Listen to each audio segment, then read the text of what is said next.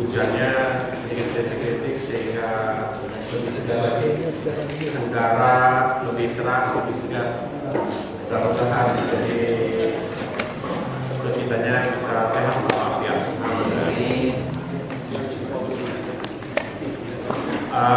Pada pagi hari ini melaksanakan tausiah yang tadinya akan dibawakan oleh Bapak Haji Samsul Badi, namun mungkin ada berhalangan hadir, maka diganti dengan Bapak Ustaz Zainal SAG. Untuk itu, marilah kita mendengarkan tausiah yang akan dibawakan oleh Bapak Ustaz. Mungkin Bapak Ustaz kita sampaikan di doa pertama itu. Jadi Bapak di sana ikut. Jadi kelihatannya Bapak didukung kalau saya. Jadi nggak usah heran Pak, jadi faktor publik. Mungkin untuk lebih tetapnya kami persilakan. Mari kita simak baik-baik secara seksama sehingga mudah-mudahan tausiah ini bisa kita kita maknai lah, kita serap bersama. Silakan.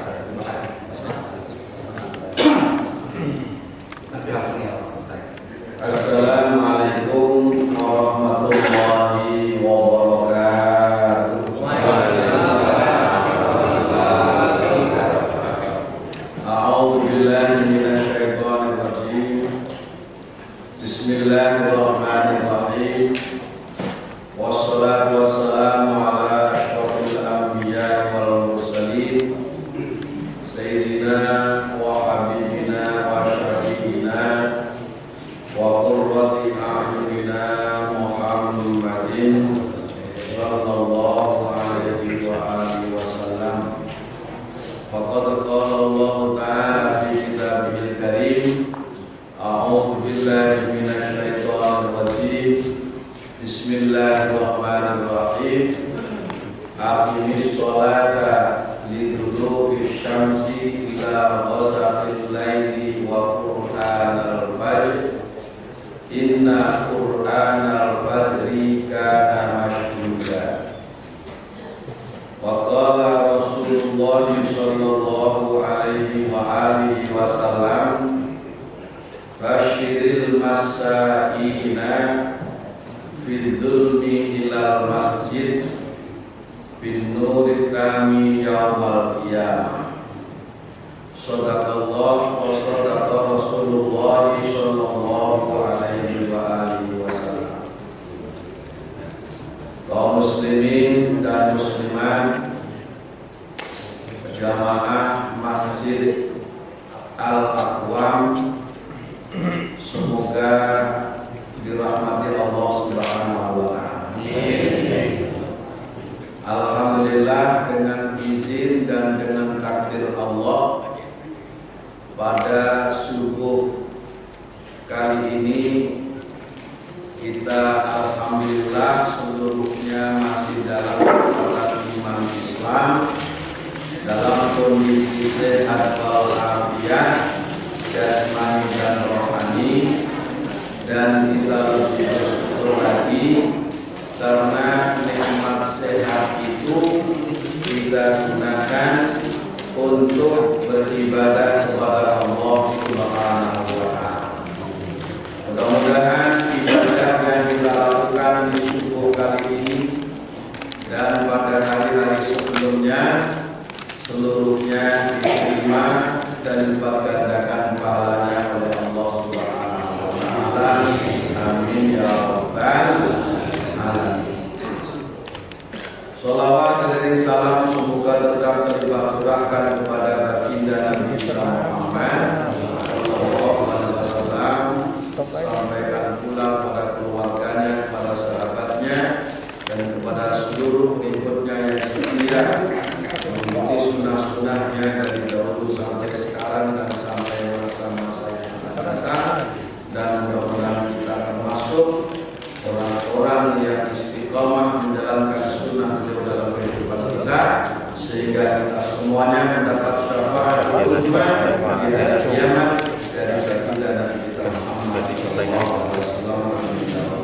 Bapak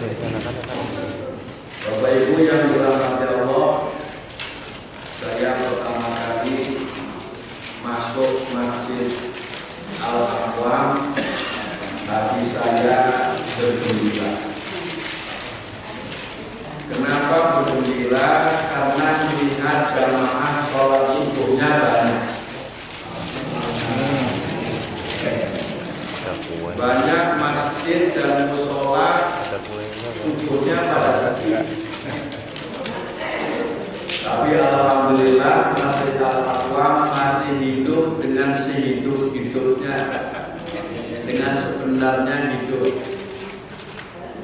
Karena kalau subuhnya banyak, insya Allah maghrib dan isyanya lebih banyak. Karena tantangan yang paling berat adalah di waktu subuh.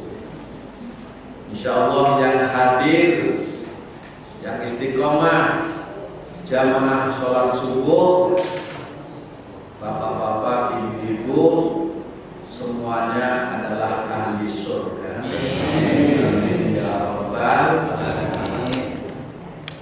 Maka tema yang ingin saya sampaikan pada subuh kali ini tentang rahasia subuh. Rahasia waktu subuh. Waktu subuh adalah waktu yang istimewa dari 24 jam atau sehari semalam. Dari waktu 24 jam itu yang paling istimewa adalah waktu subuh. Sampai-sampai Rasulullah di dalam hadis yang diriwayatkan oleh Imam Tirmidzi, Abu Dawud dan Ahmad dan juga Ibnu Majah, Rasulullah pernah mendoakan secara khusus yang artinya, ya Allah, berkailah umatku selama mereka senang atau rajin melaksanakan sholat subuh berjamaah. Ada doa khusus dari Rasulullah buat bapak dan ibu yang melaksanakan sholat subuh berjamaah. Kata Rasulullah, mudah-mudahan umatku yang selalu bangun subuh mendapat keberkahan dari Allah Subhanahu wa Ta'ala. Kalau sudah Rasulullah yang menyampaikan doa, kira-kira doa itu diijabahkan pasti, karena yang doa Rasul. Dengan demikian subuh kali ini kita mendapatkan keberkahan dari Allah Subhanahu wa Ta'ala.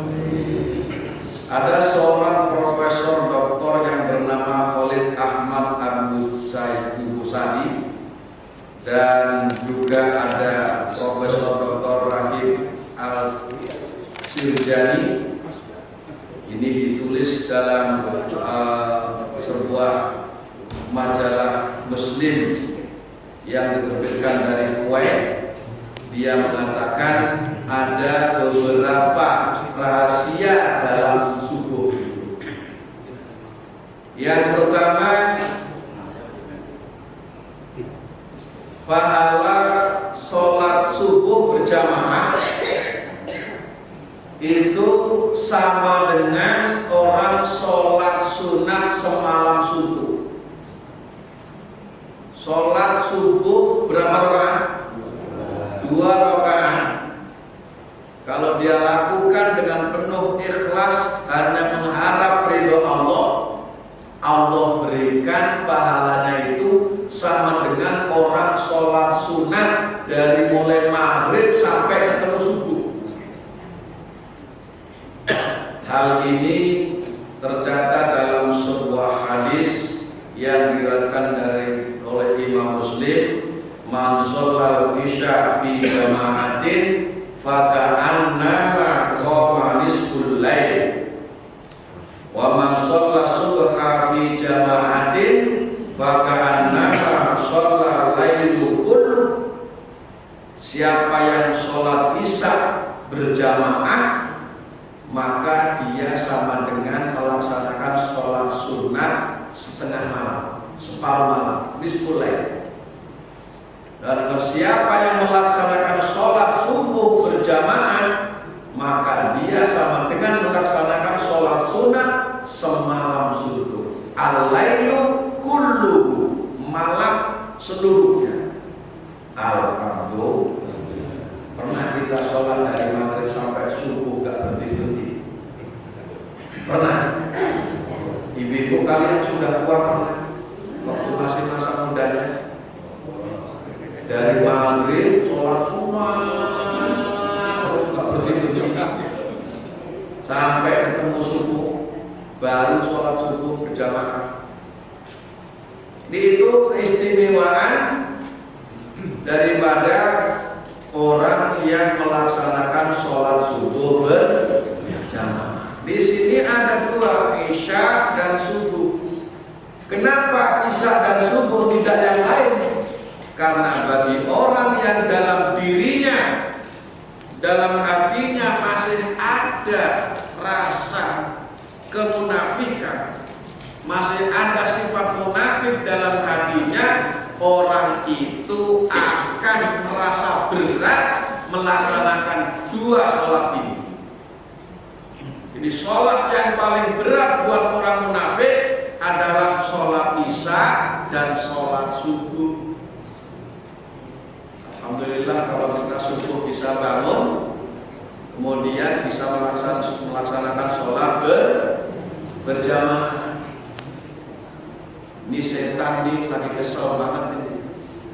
Kalau lagi orang mukmin pada sholat subuh berjamaah, apalagi diteruskan dengan taklim, waduh, setan ini menangis, ceritanya kedengeran sampai Pulau Gadung.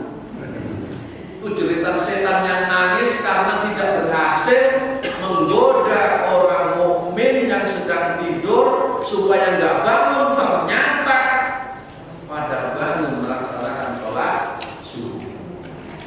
Ketika seorang mukmin tidur itu diikat oleh setan dengan 3 ikatan, bagian kepala, tengah, dan kaki. Begitu dengar adzan, Allahu Akbar, Allahu Akbar. Dengar adzan, terus telinganya sih dengar dia, cuman orang masih diikat sama setan. Akhirnya selimut ditarik lagi. Kadang-kadang bukan selimutnya yang narik, ibunya yang narik. Repotnya seperti itu kalau dua-duanya nggak kompak. Kalau kompak dua-duanya cepat bangun, saling membangun satu sama lain, bareng-bareng berangkat ke masjid al-aq setan.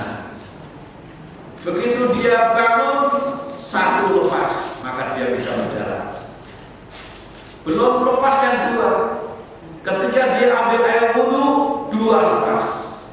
Ketika dia sudah berangkat ke masjid, sholat 3-3-nya lepas. Setan menangis, nggak berhasil mengajak anak cucu Adam untuk masuk dalam neraka. Tapi orang yang berhasil melaksanakan sholat subuh, dia menjadi penghuni surga. Alhamdulillah. Amin ya rabbal alamin. Apalagi orang yang sholat subuh berjamaah itu nanti oleh Allah diberikan sinar yang sempurna di hari kiamat. Diberikan apa? Sinar yang sempurna di hari kiamat. Saya bacakan hadisnya. Basyiril masya'ina. Kata Nabi, berilah kabar gembira kepada orang-orang yang melangkahkan kaki fi dzulmi, pada waktu gelap. Itu pada waktu subuh. Kemana dia melangkah? Ke pasar? Bukan. Ke kantor? Enggak. Langsung lari pagi? Entar. Langkahnya kemana? Ilal masjid. Ke masjid. Diberikan kabar gembira. Apa kata Nabi? Bin nurit tami, yaumal qiyamah, yaitu dengan cahaya yang sempurna di hari kiamat. Sudah berapa tadi itu? Yang pertama mendapat doa Rasul, yaitu dapat keberkahan. Yang kedua yaitu pahalanya sholat subuh sama dengan sholat sunat semalam suntuk. Yang ketiga mendapatkan cahaya sempurna di hari. Umat Nabi Muhammad itu disebut Ghurril Muhajjalin, sehingga Nabi Muhammad, salah satu nama dari Nabi Muhammad itu ada disebut Shahibul Ghurril Muhajjalin, yang mempunyai umat pancal panggung. Apa itu pancal panggung? Yaitu umat kakinya bersinar, tangannya bersinar, wajahnya bersinar. Kalau dulu itu pancal panggung dinamai nama kuda. Pancal panggung itu hitam tapi kakinya putih, mulutnya putih, ya, kakinya empat-empatnya, kukunya putih. Itu biasanya punya keistimewaan. Tapi ini bukan. Shahibul Ghurril Muhajjalin artinya umat yang bersinar tempat-tempat wudhu, yaitu umatnya Nabi Muhammad. Umat Nabi Muhammad ini kecil-kecil dibanding umat-umat terdahulu. Umat-umat terdahulu itu besar-besar, tinggi-tinggi. Lihatin orang-orang dulu umurnya juga panjang-panjang.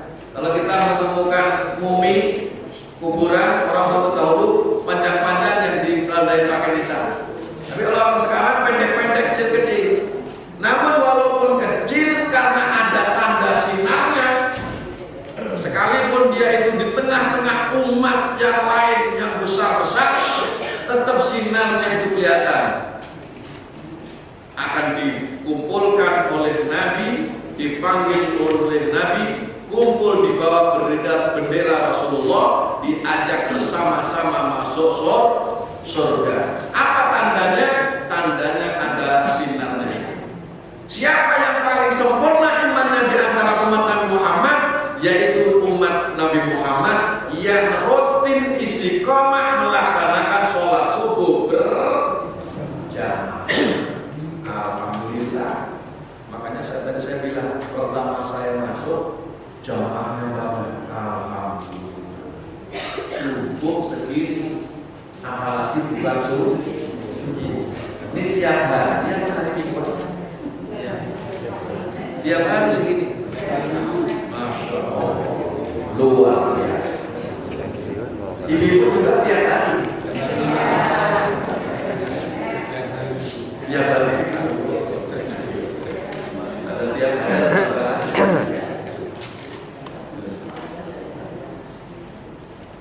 Udah 3. Dan saya kasih waktu berapa tahun? Nanti supaya ada ruang tanya jawab. Nanti saya lebih senang kalau taklim itu komunikatif, gitu. Ada tanya jawab, tidak hanya ustaznya guru yang ngomong, nanti yang ngomong.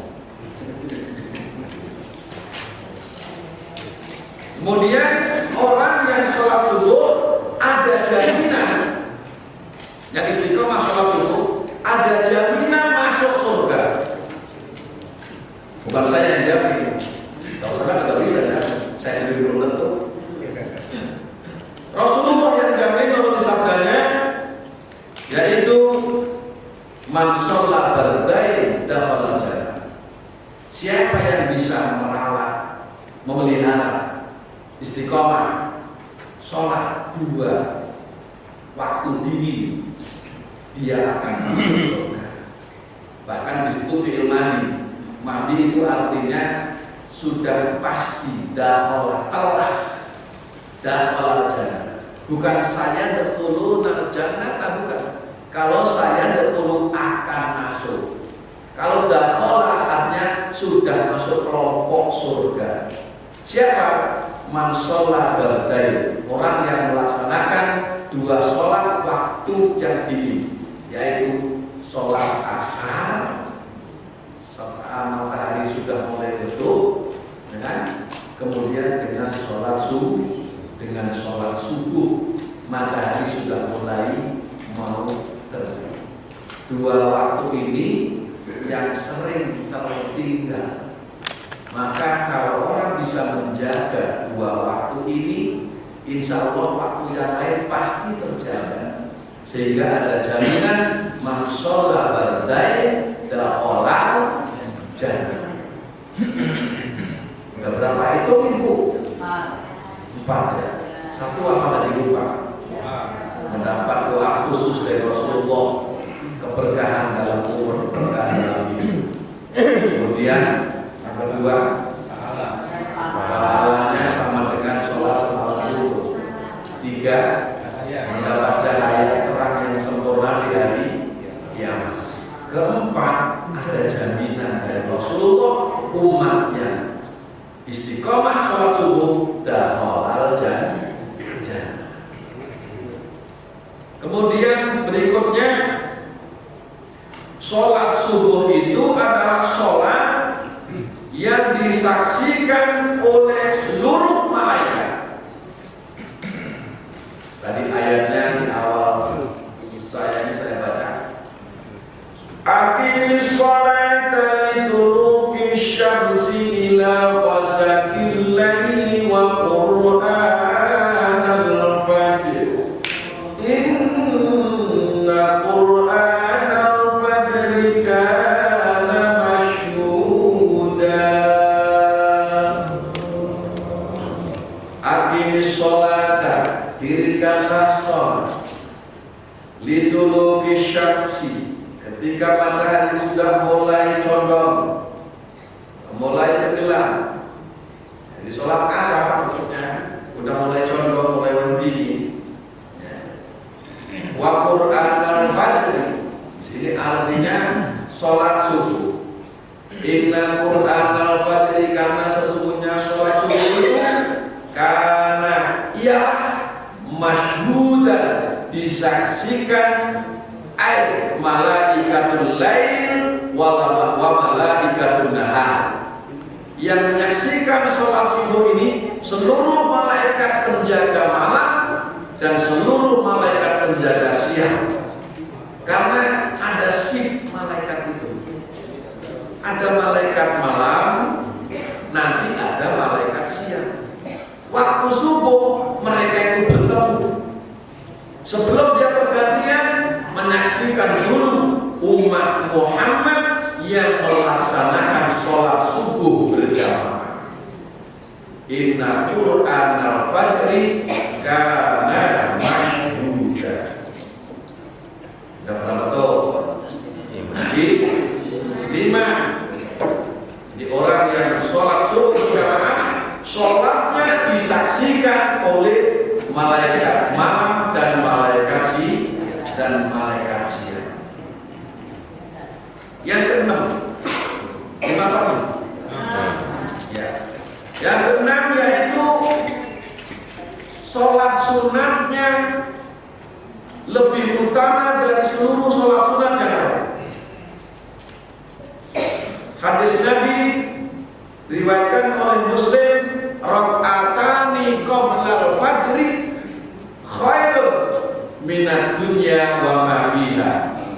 2 rakaat sebelum subuh, qauliyah subuh, lebih baik daripada dunia beserta isinya. Mencari apa lagi kita ya?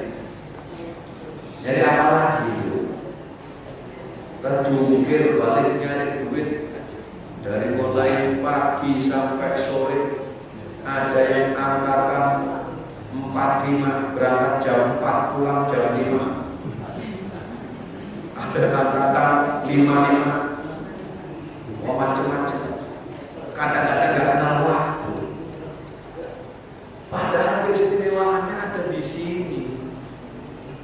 Silahkan kita itu sesuai dengan profesi kita masing-masing melaksanakan yang mencari dunia itu kewajiban, tapi jangan tinggalkan.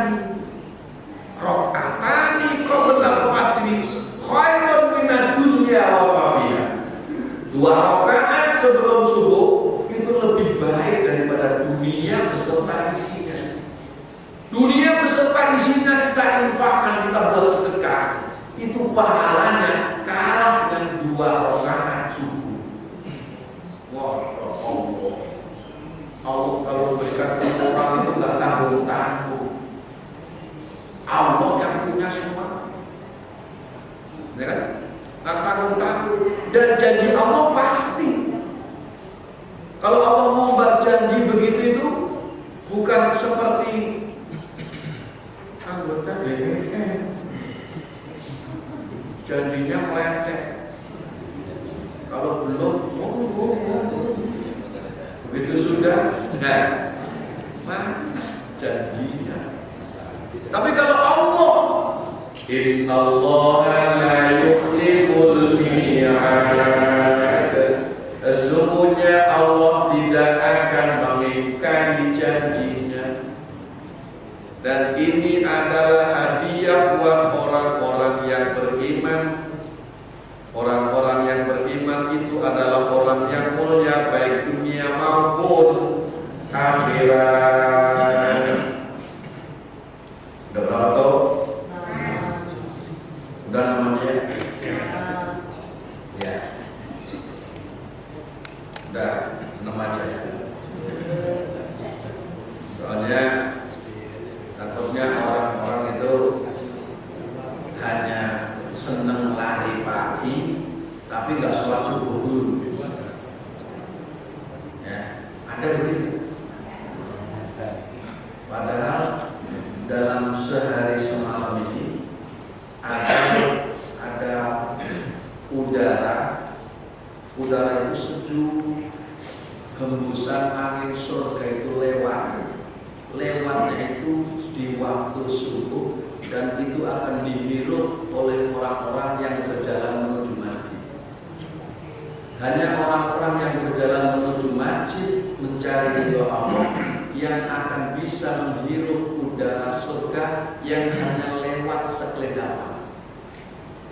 Maka insya Allah orang yang bangun subuh, sholat berjamaah itu sehatnya tidak hanya sehat zahir, tapi juga sehat batin.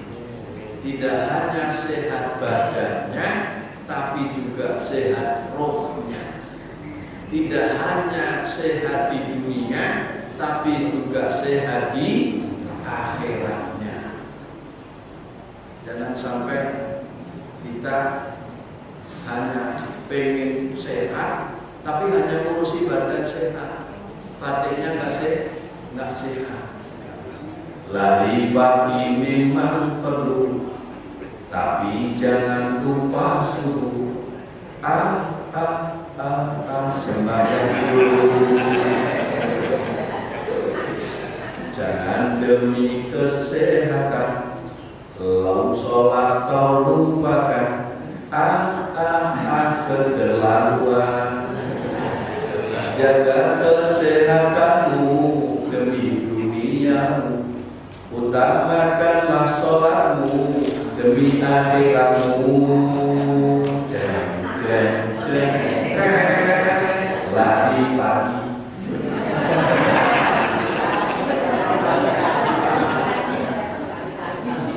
Ya, udah setengah jam, kurang 2 menit. Jadi supaya lebih nyambung kita buka tanya jawab.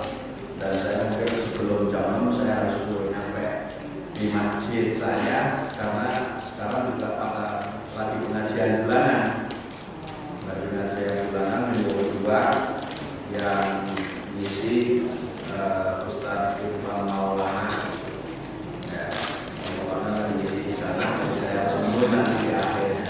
Ya. Silakan Bapak Ibu sekalian yang ingin bertanya. Bapak Ibu, silakan. Untuk ibu-ibu mungkin karena subuhnya sering di rumah, mungkin bisa klarifikasikan dulu.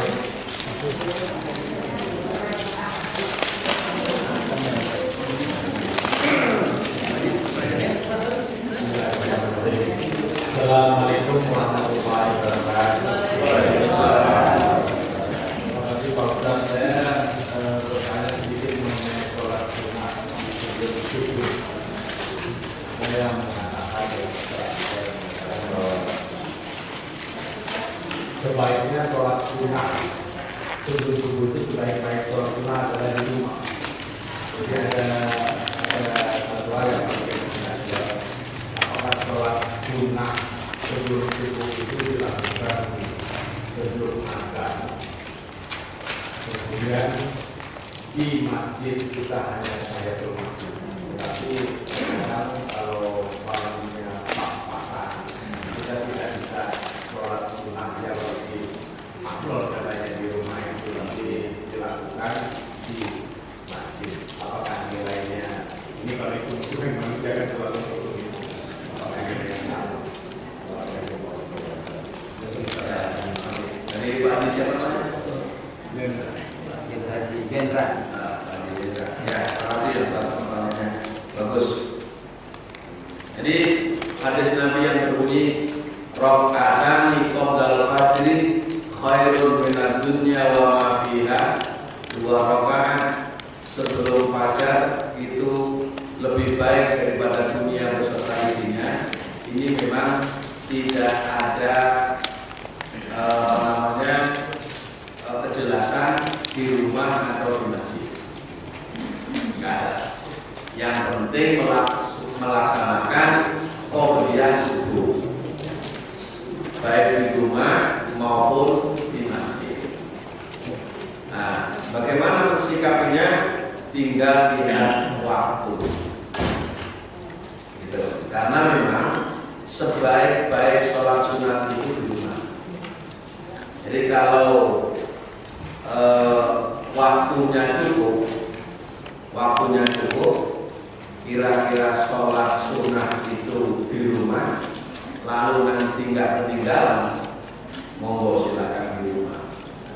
Karena waktunya cukup, jadi sholat sunnah qobliyah di rumah, baru berangkat.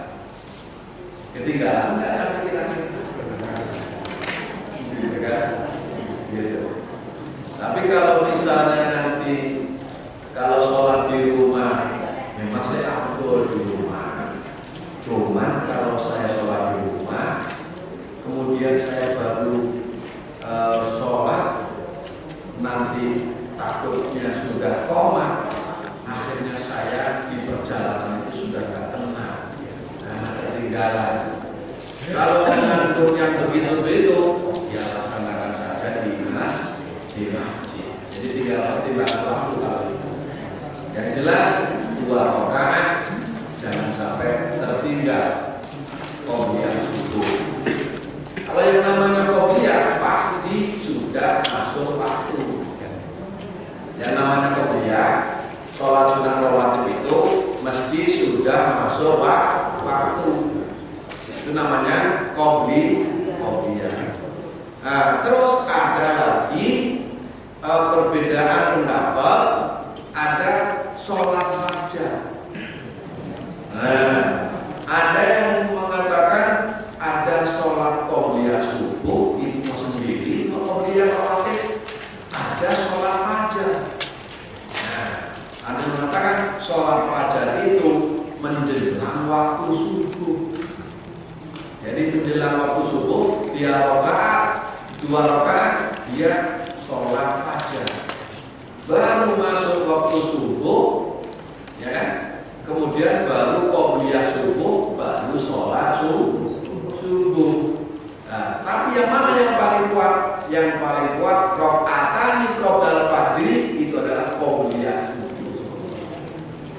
Yang paling kuat adalah qobliyah subuh, 2 rakaat sebelum subuh. Sholat sunat yang lain ada. Tapi yang dimaksud qabla al-fajri rakaatani adalah subuh.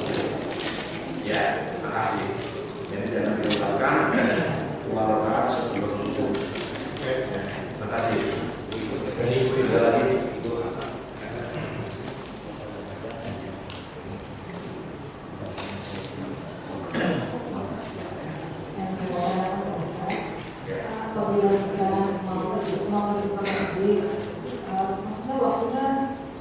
telat gitu. Apa yang harus kita lakukan? Itu kan surat klarifikasi atau komunikasi kita komunikasi apa tidak boleh sholat dulu. Itu pertanyaan pertama. Pertanyaan kedua untuk wanita sebaiknya di masjid atau di rumah? Yang apa itu? Sholat di jamaah sama sholat dari sholat di rumah atau di masjid? Ya, terima kasih. Yang pertama, kalau waktunya sudah terburu-buru, kira-kira kita masuk masjid dua rakaat qobliyah, dua rakaat tahiyatul masjid, itu nggak cukup. Mana yang dipilih? Yang dipilih qobliyah. Gitu. Kenapa? Karena yang dimaksud kalau kamu masuk masjid, jangan kamu duduk sebelum kamu melaksanakan sholat 2 rakaat. Itu adalah bisa diwakili oleh sholat apapun. Gitu. Bagi orang yang sudah masuk, ya nggak mungkin dia tahiyatul masjid dulu. Orang sudah ketinggalan kok masih sholat dulu, kan nggak mungkin. Yang penting masuk masjid nggak boleh duduk sebelum sholat. Maksudnya begitu. Untuk menghormati masjid itu, tahiyatul masjid menghormatkan masjid. Jangan masuk masjid kemudian duduk sebelum sholat. Gitu. Sholat apa saja. Kalau muat, sholat tahiyatul masjid dulu, kemudian sholat qobliyah subuh. Kalau waktunya muat. Kalau masih ada waktu, ya terus masa sholat yang lain lagi itu juga boleh. Kemudian diri, kemudian baca Al-Quran sambil menunggu waktu. Itu kalau waktunya luas. Hanya kalau kita ini lebih banyak di masjid, maksudnya apa? Kalau sudah di masjid pasti positif. Kalau di rumah masih ini itu. Kalau sudah cepat berangkat ke masjid, nanti di masjid itu pasti ada yang dikerjain, apa sholat sunat, apa tasbih, apa itu. Jadi kalau masjid itu karena tempat yang khusus untuk ibadah, maka orang yang banyak di masjid itu menunjukkan imannya lebih kuat. Ciri orang mukmin itu adalah betah di masjid. Ciri orang munafik gelisah di masjid. Orang mukmin di masjid seperti ikan dalam air. Ikan dalam air betah apa enggak? Betah di tempatnya. Ada enggak ikan yang enggak betah di air? Ada enggak? Ada ikan yang mau mati. Ikan asin. Mati soalnya. Orang mukmin nggak betah di masjid, mati imannya. Imannya sudah hidup. Kalau orang mukmin itu pasti hatinya itu senang untuk di masjid. Sampai dikhususkan dalam Al-Quran, innama ya'muru masajidallahi man amana billahi wal yawmil akhir wa iqamas shalah wa ataz zakah wa lam yakhsha illallah. Ini ada kekhususan dengan inna. Mana enggak ini? Mana?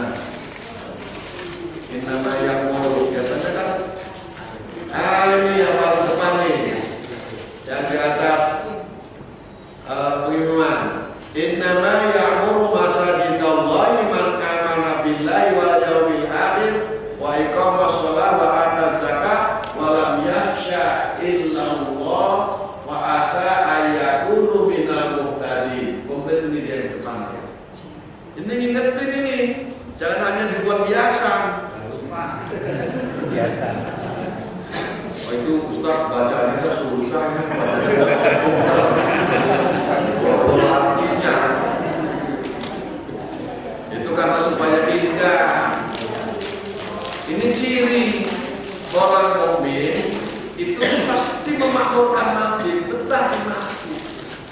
hatinya terpaut dengan masjid. Ini kita baru pulang dari masjid sholat subuh, udah ada dalam angan-angannya nanti duduk ke masjid lagi. Duduk baru sholat, dalam hatinya ada rencana, ada keinginan nanti asar masjid lagi. Jadi hatinya itu selalu terpaut dengan masjid. Mukmin, isyhadu lahu mukmin. Saksikan dia adalah orang yang beriman. Jadi waktunya supaya luas. Kalau begitu, biar nggak buru-buru. Kemudian yang kedua, wanita itu sebaiknya sholat jamaah di masjid apa di rumah.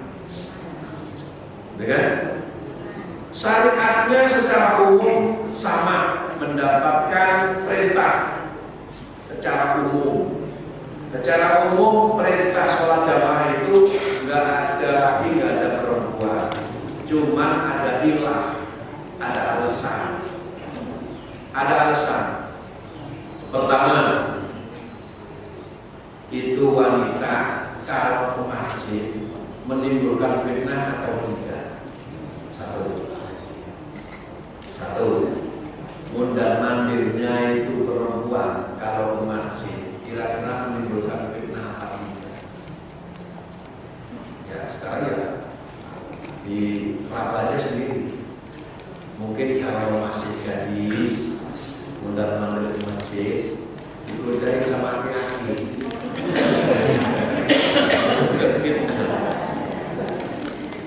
Kan laki-laki itu yang tua hanya kalau urusan duit sama cewek kan masih orang. Tentunya begitu. Nanti itu satu pertimbangan. Yang kedua, perempuan ini kalau dia meninggalkan rumahnya aman atau tidak? Gitu. Yang kedua. Yang ketiga, dia meninggalkan kewajiban mengasuh anak yang membahayakan atau tidak. Kalau dia punya anak kecil, kemudian ditinggal, nanti takut jatuh di rumah baik. Ya kan? Nah ini pertimbangannya. Kemudian rumahnya itu sama masjid dekat apa enggak? Kalau dekat kan kemungkinan bisa dihilangkan. Kalau tidak ada hilang sama sekali, maka perempuan tetap lebih afdol di masjid. Tapi kalau ada hilang tadi, 4 tadi, maka sholatnya perempuan di kamarnya lebih baik, lebih utama daripada di masjid. Gitu. Jadi hadis ini jadi adil, jadi nyambung. Karena orang bersikuku perempuan gak boleh, harus di dalam rumah. Kalau lagi pergi haji, gimana? Di Solo disediain tempat untuk wanita. Apakah harus di pondokannya masing-masing? Ya kan di sana kan ada pondokan, ada tempat juga. Di rumah ada rumahnya sendiri. Di Solo juga ada hotelnya, ada pondokannya. Apakah di pondokan? Kan tidak juga. Ya kan? Karena sudah ada ilah. Kalau tidak ada ilah, monggo, tidak menimbulkan apa-apa. Apalagi kalau bareng-bareng sama suaminya. Anak kecil sudah orang, semuanya anaknya sudah pada gede. Rumah dikunci dalam keadaan aman situasinya. Kemudian bareng-bareng suami istri lebih nikmat daripada di masjid. Kalau begitu keadaannya, apalagi ada taklim, dapat ilmu dua-duanya, tidak sebelah-sebelah. Suaminya dapat ilmu, istrinya tidak dapat. Sedangkan dua-duanya harus dia mendapatkan ilmu. Nah, jadi pertimbangkan sendiri masing-masing. Ya, sudah jelas kan? Ya, saya kira cukup untuk penjelasan ini. Terima kasih. Ada lagi? Mungkin ada lagi, bisa 1 atau 2 lagi.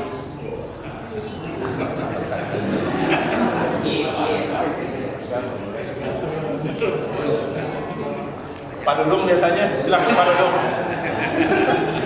Paksa.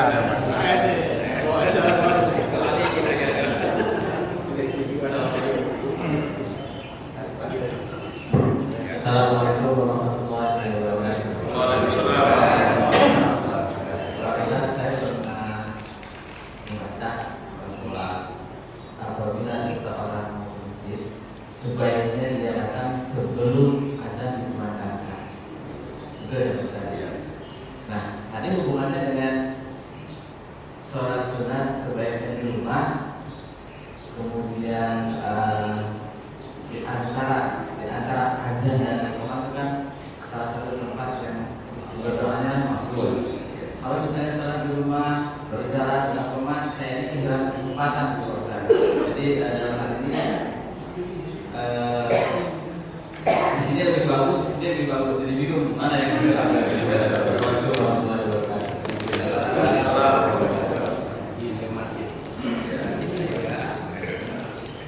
Gak usah bingung.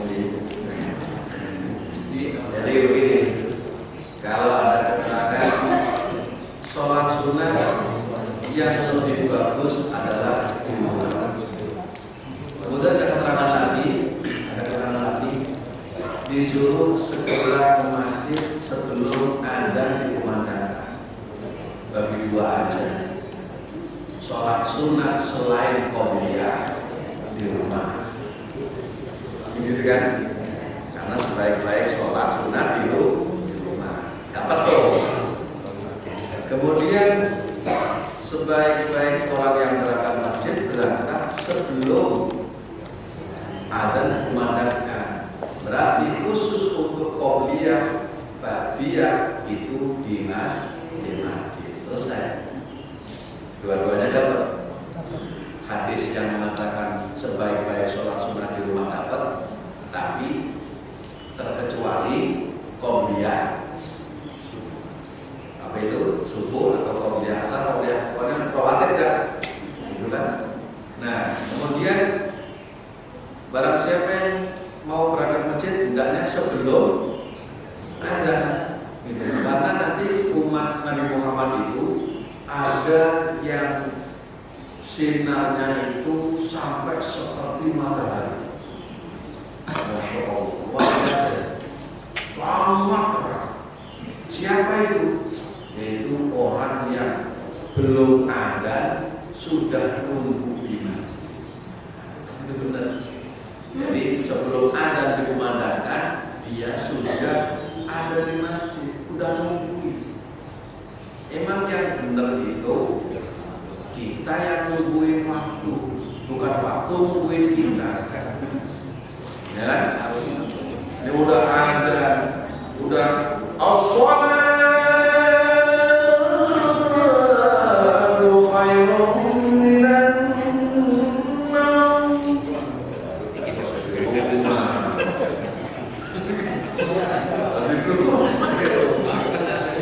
Sudah selesai azan.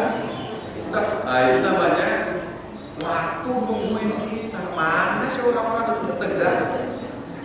Ya kan? Lah yang bagus kita yang nungguin waktu. Itu istimewa juga orang yang dia sholat nungguin sampai sholat berikutnya. Gitu. Jadi catat betul. Itu nanti sinarnya paling terang. Orang yang sebelum azan sudah sampai di masjid, itu orang yang cahayanya paling terang bagaikan matahari. Tingkatan kedua seperti rembulan. Mana itu? Dengar azan baru berangkat. Tingkatan ketiga seperti bintang, titik. Siapa itu? Tiga lembar. Ada komen. Allahu Akbar, Allahu Akbar. Asyhadu an la ilaha illallah. Asyhadu anna Muhammadar Rasulullah. Hayya 'alas shalah, hayya 'alal falah.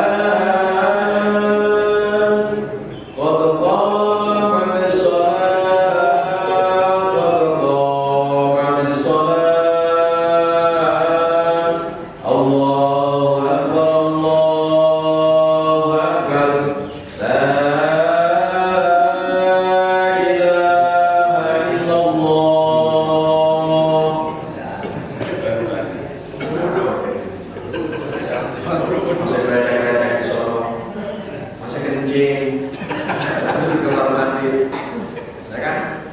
Itu tidak dapat sinar. Sinarnya itu orang soak, keterutnya diperlukan. Imamnya udah istawu wastaqimu fala tahtalifu, luruskan dan rapatkan barisan. Bahkan imamnya udah mulai. Kalau di Mekah pakai bismillah, kalau di sini pakai bismillah. Karena kalau di Mekah haknya Maliki, bismillah bukan bagian daripada ayat Quran, bukan bagian daripada ayat Fatihah. Maksudnya Quran di dalam Fatihah bukan. Kalau Syafi'i Bismillahirrahmanirrahim ayatun minha.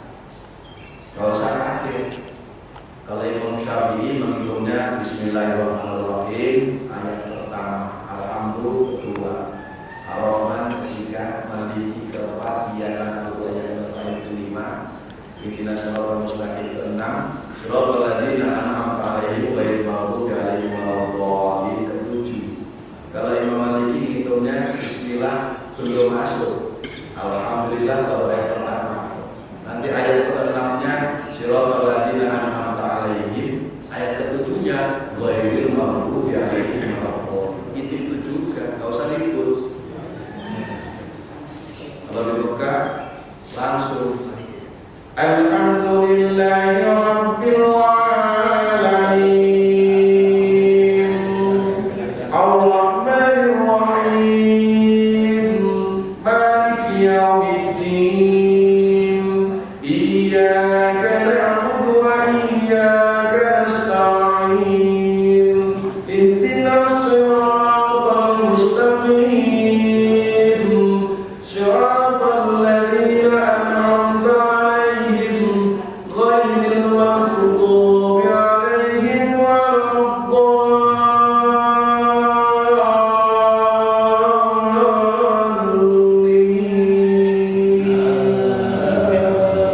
Kalau dibuka, kalau di sini Bismillah dulu, karena mayoritas tapi ayatnya ya itu jadi yang lebih bagus ya tadi cuma sebelumnya sudah apa? Sudah di masjid sebelum ya. Mungkin ada satu lagi. Terakhir ya. Mana lagi? Satu lagi terakhir.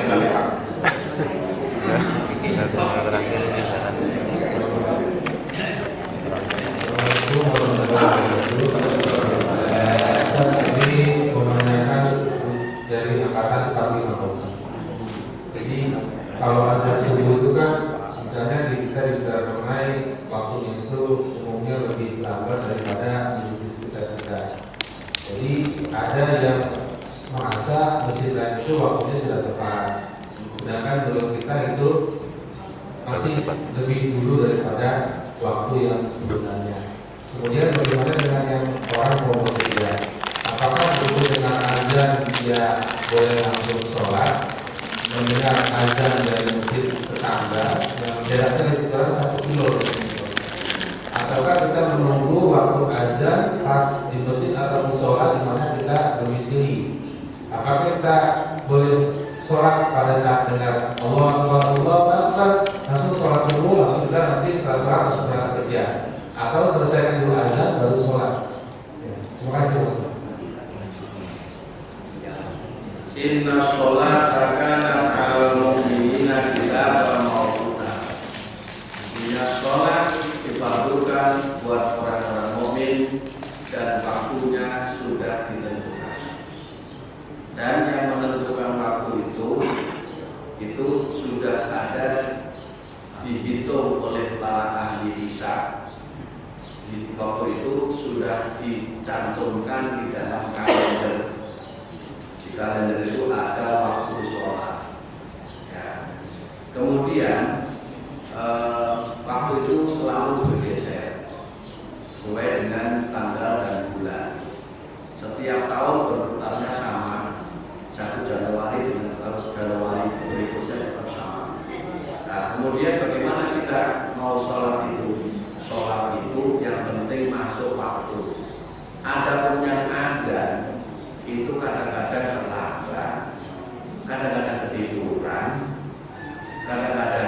macam-macam. Yang penting kita sudah konsekuensi punya jadwal waktu. Terus jam kita memang sudah cocok, gitu. Itu patokan utamanya. Jam kita ini sudah cocok. Nah, jam kan masing-masing beda Ustaz. Ada yang beda 5 menit, mau nanti main saat. Mana yang lebih ini? Jam kita cocokkan misalnya macam TV, karena lebih nasional, sebenarnya lebih akurat, gitu misalnya. Sudah kita cocokkan, sudah pas. Setiap ini sudah pas.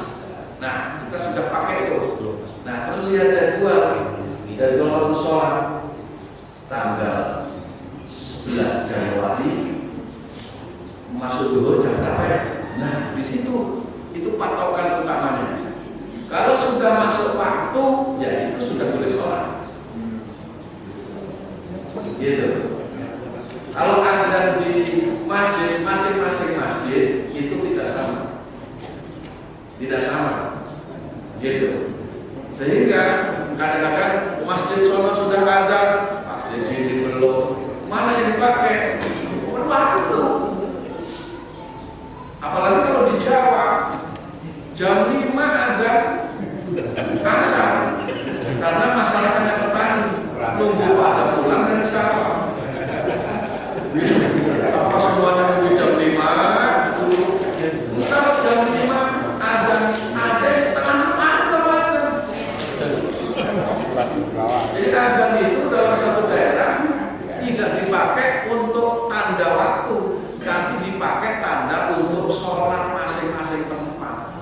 Masjid sono ya adzan kok karena dia sholatnya segitu, masjid sono ya adzan karena mau sholatnya segitu, masjid sono mau adzan karena sholatnya segitu. Masing-masing nggak sama. Gitu. Jadi patokannya waktu yang sudah dihitung oleh ahli bisa. Gitu ya. Makasih. Oke, terima kasih. Mungkin waktunya sudah cukup. Waktunya masih 4 bulan. Oke, pulang. Alhamdulillah, mungkin banyak sekali ilmu yang kita dapatkan. Bisa kita terapkan di hari-hari berikutnya. Mohon doa untuk Ya, marilah kita akhiri dengan berdoa kepada Allah dan berkhusyuk. Mudah-mudahan seluruh amal ibadah kita diterima secara Rasulullah. Dan mudah-mudahan hati yang selalu indah kepada Allah Subhanahu wa Ta'ala. Kesibukan kita mengurus dunia, mengurus jabatan, mengurus harta benda, mengurus anak cucu tidak sampai melupakan kita kepada Allah. Dan mudah-mudahan seluruh anak keturunan kita menjadi orang-orang yang selalu tunduk